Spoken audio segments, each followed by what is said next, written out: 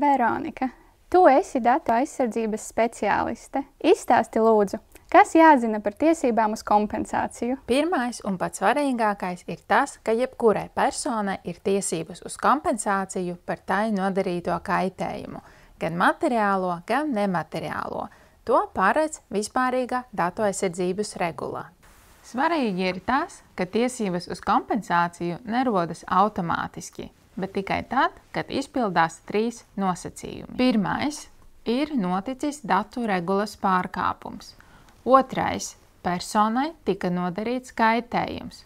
Un trešais – pastāv cēloņsakarība starp notikušo pārkāpumu un personai radīto kaitējumu.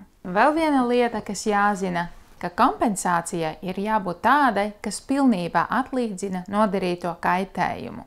Tas nozīmē, ka tiesībām uz kompensāciju ir tikai un vienīgi kompensējošā funkcija, nevis sodoša vai preventīva. Nākamais jautājums, kas rodas, noteikti ir, kam ir pienākums atlīdzināt nodarīto kaitējumu.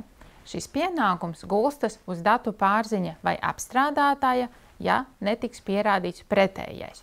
Proti, ka šīs personas nav vainojamas kaitējuma radīšanā vai arī no savas puses ir veikušas visus pasākumus, kas pietiekami samazina datu aizsardzības pārkāpuma riskus. Un visbeidzot, Paula, noteikti rodas jautājums, kur vērsties ar prasību par kaitējuma atlīdzinājumu. Ar šādu prasību var griezties pie datu pārziņa un apstrādātāja vai tiesā.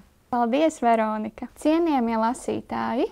Šīs nedēļas jurista vārds ir pilnībā veltīts personas datu aizsardzībai. Tajā jūs atradīsiet daudz aktuālu atziņu un noderīgu slēdzienu. Šis izdevums būs noderīgs gan juristiem, gan uzņēmumiem, kas ikdienā apstrādā personas datus. Lasiet, diskutējiet un ceram, ka tas iedvesmos jūs uz daudz jaunām atziņām.